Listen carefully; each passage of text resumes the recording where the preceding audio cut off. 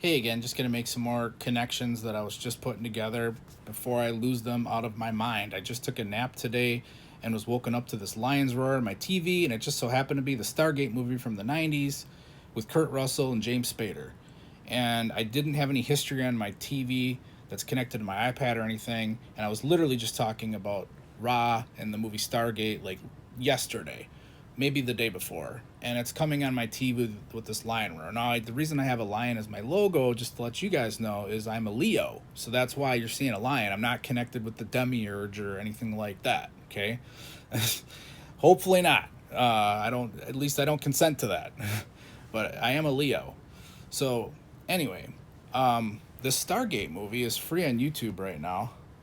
And James Spader was the one in the beginning of the movie who had to figure out how to get the Stargate open by finding the missing seventh piece of language to figure out how to open it. So I was thinking about the seven, and seven isn't essentially an anagram of Venus.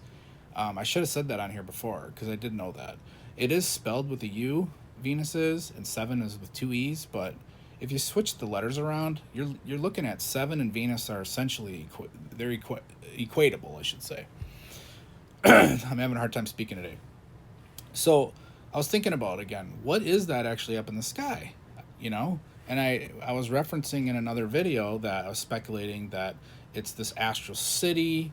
You've got this astral city movie where they're showing a five-pointed star where people get reincarnated back to Earth.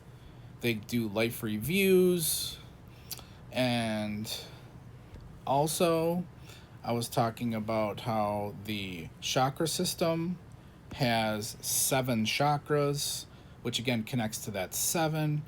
In the heart chakra, it is the Venus chakra. The word heart is an anagram for earth. Another interesting fact. The all-seeing eye, when you take it upside down pyramid, draw it over the current pyramid, it will spell out a word, and it will form a six-pointed star with little cute, little rectangle grids inside. Now, on the inside of a six-pointed star, when you look at it three-dimensionally and you draw lines, you can draw a cube. I pointed this out earlier. When you draw a cube, you can open that cube and it will fold out into a cross. That is no coincidence. There is a cube, cross, six-pointed star directly connected. It is a puzzle, guys. Okay? Here's again your six-pointed star heart chakra. Cubes. This blew my mind today. I did not figure this out till today. So then I was thinking that astral city up in the potential astral city being Venus. What if it's the New Jerusalem? So then I just typed in New Jerusalem images, and I was quickly reminded that the New Jerusalem has dimensions that it gives in the Bible, and it forms a cube. So we've got a city up in the sky that's forming a cube. I'm finding all kinds of cubes everywhere. I was just talking about the Cube movie a couple days ago.